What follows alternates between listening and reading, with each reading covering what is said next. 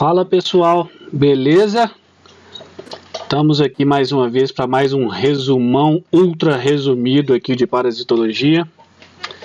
Desta vez sobre as leishmanioses que a gente já estudou, beleza? Então vamos dar uma recapitulada aqui, né?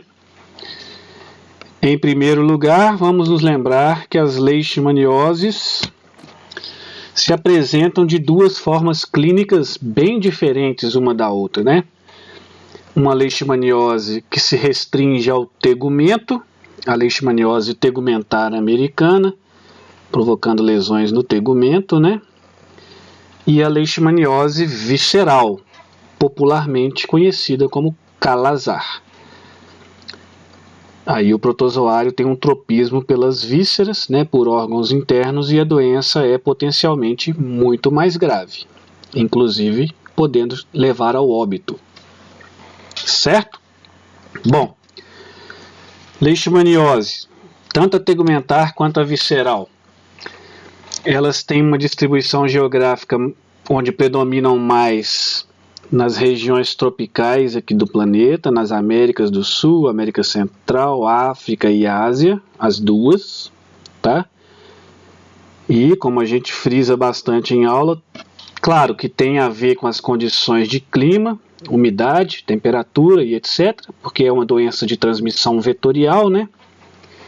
E tem a ver com as condições socioeconômicas das populações afetadas aqui, ok?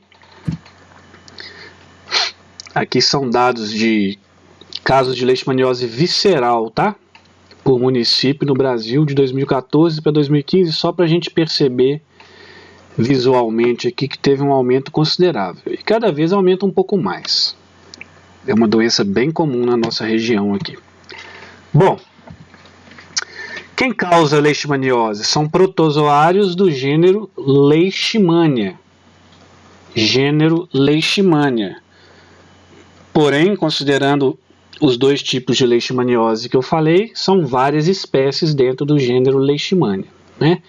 E esse protozoário, durante o ciclo de vida dele, também modifica a sua forma, né? Então ele se apresenta basicamente numa forma um pouco mais alongada e flagelada, que nós chamamos de promastigotas. Aqui é uma lâmina de verdade mesmo, ó. E quando ele está dentro de uma célula de defesa, uma célula fagocitária, um macrófago, por exemplo, aí ele está mais arredondado, ó, sem flagelo externo, e nós chamamos de amastigotas. Então aqui eu estou circulando algumas amastigotas aqui, tá? Dá para a gente notar o núcleo e o cinetoplasto de cada uma delas aqui, ó, núcleo, cinetoplasto, núcleo, cinetoplasto, núcleo, cinetoplasto. Até no aumento menor dá, ó, núcleo, cinetoplasto, núcleo, cinetoplasto. O que não dá para ver direito é o contorno dela, né? Dependendo da montagem da lâmina. Ok? Aqui os promastigotas bonitinhas nadando aí. Bom, quais são as principais espécies que a gente tem que considerar aqui? No caso da leishmaniose visceral, e agora eu estou me referindo à leishmaniose que acontece aqui nas Américas, a espécie responsável pela doença é a Leishmania chagas, ou seu sinônimo Leishmania infantum. A gente já discutiu nessa nomenclatura aqui em sala, né? Então eu vou considerar esses dois nomes aqui como corretos, tá? Como sinônimos, na verdade, Leishmania infantum e Leishmania chagas. No caso da tegumentar, são várias espécies, tá? Eu coloquei aqui destacado essas duas aqui, que a gente vai ouvir falar um pouco mais, mas são várias espécies, beleza? Reparem que as espécies que causam a doença tegumentar são diferentes das espécies que causam a doença visceral, beleza pura? E como que essa doença é transmitida? As duas leishmanioses, as duas formas clínicas, né, elas são transmitidas por insetos dípteros que nós chamamos popularmente de mosquito palha, né? Mas o nome científico do gênero desse mosquito é Lutzomia, tá? Mosquito palha, flebótomo, birigui, tatuquira, cangalinha, asa dura, isso tudo é nome popular, tá? Mas o gênero é o Lutzomia, aqui nas Américas. São várias espécies de mosquitos também, e aqui eu quero destacar essa aqui, Lutzomia longipalpis, porque é o principal vetor da leishmaniose visceral, tá? Aqui no Brasil. Longipalpis. Então guarda bem essa espécie aqui, responsável pela transmissão da Leishmania chagas, Leishmania infantum, aqui no Brasil, tá? E várias outras espécies de Lutzomia transmitem as leishmanias responsáveis pela doença tegumentar. Ok? Olha que bonitinho, ó. É um detalhe, uma curiosidade, somente as fêmeas são hematófagas. Sugam sangue, picam. Somente as fêmeas, tá? O Lutzomia é esse mosquitinho peludinho aqui, né? Bem pequeno. Mantém essa asa entreaberta aqui durante o pouso. E é o responsável pela transmissão da doença. Perdão. Bom, gente, como a gente viu na sala, é uma doença de origem silvestre, né? Assim como a doença de Chagas. E os reservatórios também são mamíferos silvestres, né? Como, por exemplo, roedores silvestres, tamanduá, gambá, principalmente canídeos silvestres, raposas também, por exemplo, tá? É claro que na zona urbana, o principal reservatório considerado é o cão, o canídeo doméstico, tá? Mas é uma doença de origem silvestre. O ciclo da leishmania, eu não vou passar o vídeo de novo, que a gente já viu na sala, mas deixa eu dar uma recapitulada aqui bem rapidinha, bem sucinta para vocês. Vamos supor que esse mosquito Lutzomia fêmea esteja já infectado com a leishmania. Então ele vai transmitir a leishmaniose por um animal vertebrado, que pode ser uma pessoa. Quando esse mosquito pica a pele, ele inocula junto com a saliva dele a leishmania na forma de promastigota, mas é uma promastigota metacíclica, infectante, tá? Só que aqui no sítio da picada, onde ela foi introduzida, ocorre uma reação celular, alguns macrófagos fagocitam essas leishmanias promastigotas, e dentro dos macrófagos elas perdem o flagelo, elas encolhem, elas se arredondam e elas se tornam amastigotas e se multiplicam dentro do macrófago, tá? Por divisão binária aqui. Aí os macrófagos se rompem, as amastigotas se libertam e invadem novas células ali naquele sítio ali, ok? Se um outro Lutzomia, dessa vez sadio, picar essa pessoa para sugar o sangue, pode acabar sugando junto as amastigotas, ou células com amastigotas.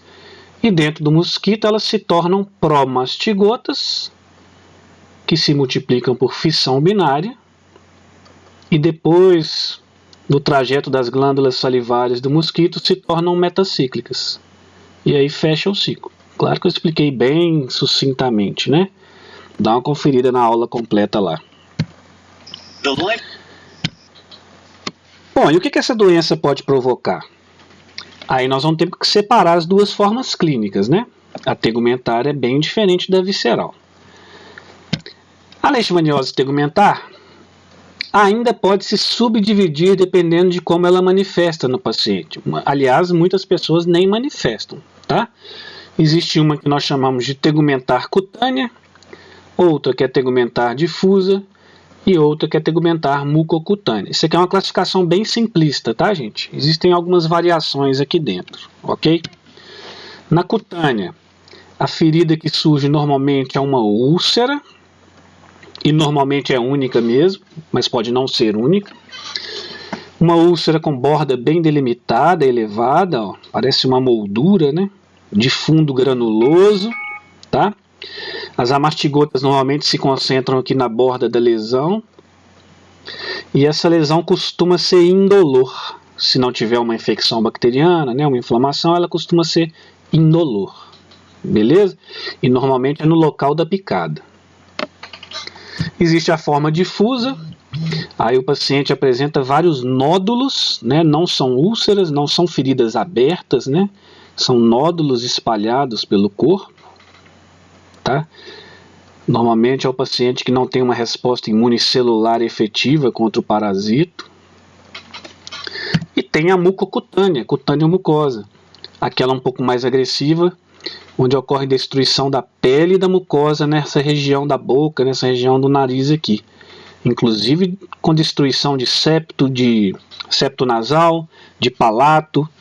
Em alguns casos pode até chegar a laringe, faringe, traqueia e provocar problemas e complicações mais severas, tá?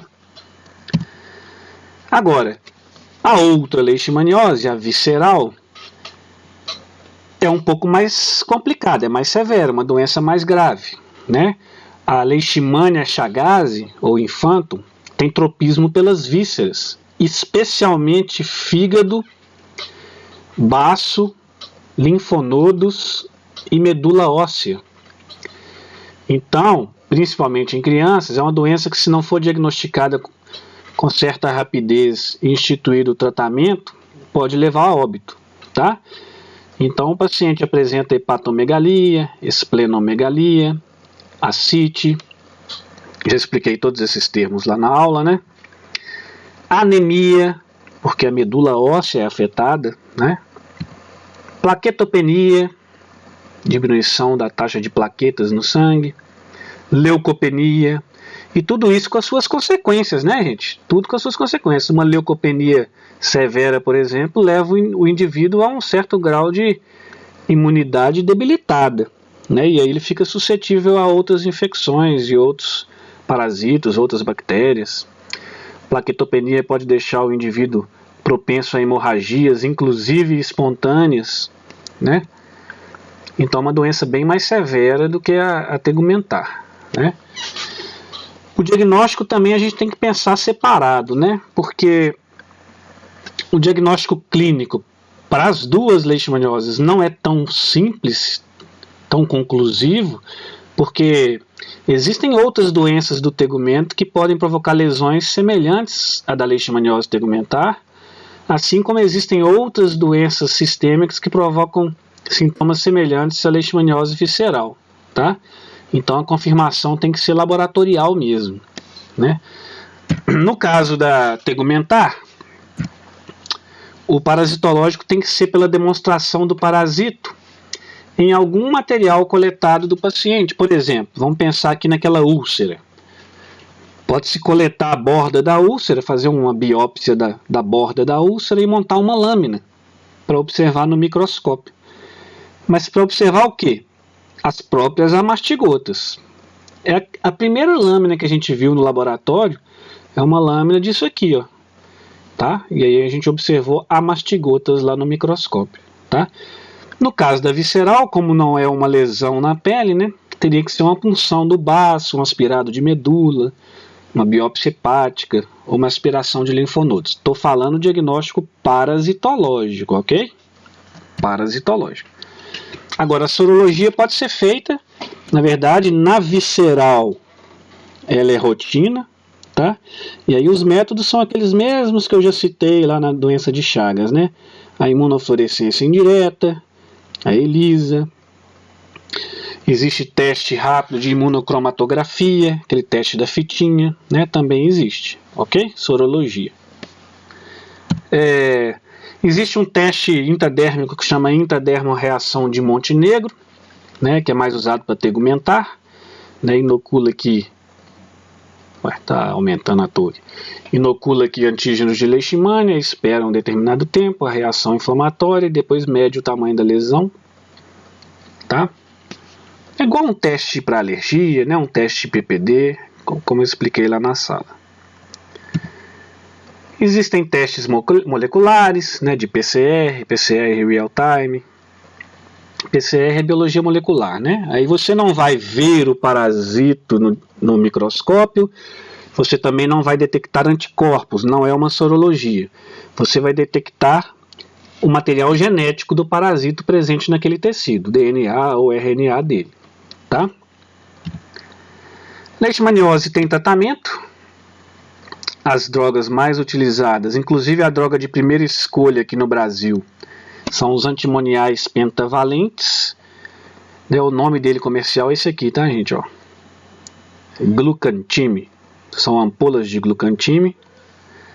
Mas existem as drogas de, digamos assim, uma segunda alternativa, né? Anfotericina B, anfotericina B lipossomal, pentamidina, entre outras, tá? Vocês já repararam que nessa parte de tratamento eu cito as principais drogas, as que são mais utilizadas, mas sempre chamando a atenção que existem outras, tá? Para não virar uma mistureba de medicamento na cabeça de vocês, para não complicar demais. Como evitar uma doença de transmissão vetorial? Bom, o uso de repelente é uma medida, né, mais individual, mas é uma medida. Não exposição ao vetor, né, principalmente numa área que é endêmica de transmissão de leishmaniose. Não se expor numa região de mata, por exemplo, né, nos horários crepusculares ou à noite, né, que é o horário que o mosquito prefere realizar a sua hemotofagia. Uso de roupas compridas, de preferências claras, mosquiteiros, telas nas portas, nas janelas. O diagnóstico precoce e o tratamento são importantíssimos, como medida profilática também. Limpeza de quintal, terreno baldio, abrigo de animal para evitar que o mosquito se reproduza ali, né, destino ao lixo orgânico. Educação para a saúde, como nas outras também. Controle da população canina soro-reagente. Tudo isso faz parte de medidas de profilaxia e controle das leishmanioses. Claro que para cada região isso aqui tem que ser avaliado individualmente, né? Então, gente, isso aqui foi, como vocês perceberam, um resumão do resumo do super resumo ultra resumido da aula, que já é uma aula resumida, né? Então não fica estudando só por esse resumão, não, porque o conteúdo é muito resumido mesmo. A aula mesmo já é muito resumida, então é só um complemento. Isso aqui é para dar uma direcionada para vocês. Vocês complementam com a aula e com os livros também. Beleza?